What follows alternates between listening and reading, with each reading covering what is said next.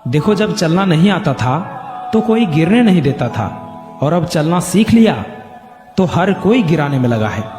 सोचो कितनी कहानी होगी उसके पास, जो शख्स अब किसी से कुछ नहीं कहता। रातों को नींद न आना, टारगेट की टेंशन होना और बेवजह हर रोज बेचैन होना।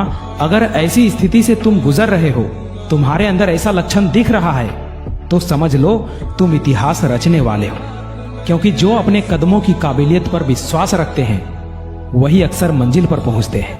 अगर आप कुछ ऐसा पाना चाहते हो जो आपने पहले कभी नहीं पाया, तो आपको कुछ ऐसा करना होगा जो आपने पहले कभी नहीं किया। तुम अपने घर की स्थिति में परिवर्तन के लिए चुने गए हो। जीवन आसान नहीं होगा मेरे भाई।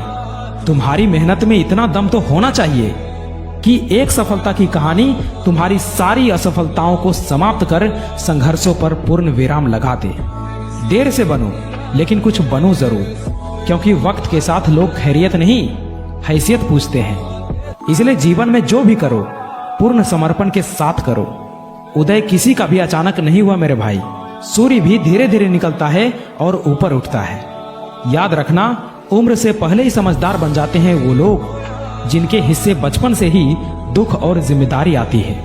अरे अपने वही है जो संघर्षों के समय भी तुम्हारे साथ हो, क्योंकि सफलता के बाद तो पराये भी अपने हो जाते हैं। आज मेरी परिस्थिति देखकर तुम मेरे खिलाफ जितनी बातें बना सकते हो बना लो, पर याद रखना, जिस दिन ये समय मेरा साथी बन गया ना, तो तुम्हें खुद पर शर्म आएगी कि मैंने किस आदमी के बारे में क्या बोला था। आज मेरा संघर्ष चल रहा है और तुम्हारी मेरे खिलाफ बातें।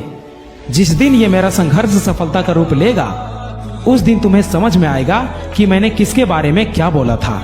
अगर कोई अकेला है तो इसका मतलब ये नहीं कि उसे कोई पसंद नहीं करता, बल्कि वो अकेला इसलिए है क्योंकि उसने दुनिया की औकात जान ली है।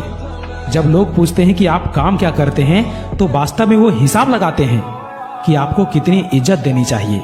यही इस दुनिया की सोच है और इसे आपको मानना पड़ेगा। समय अपनी रफ्तार में है दोस्त, अगर तुम रुके तो बहुत पीछे रह जाओगे। इसलिए धीरे ही सही लेकिन चलते रहो। जिस मेहनत से आज तू भाग रहा है वही कल तुझे सफलता दिलाएगी। झोंक दे खुद को इस आग में, यही आग तुझे हीरा बनाएंगी।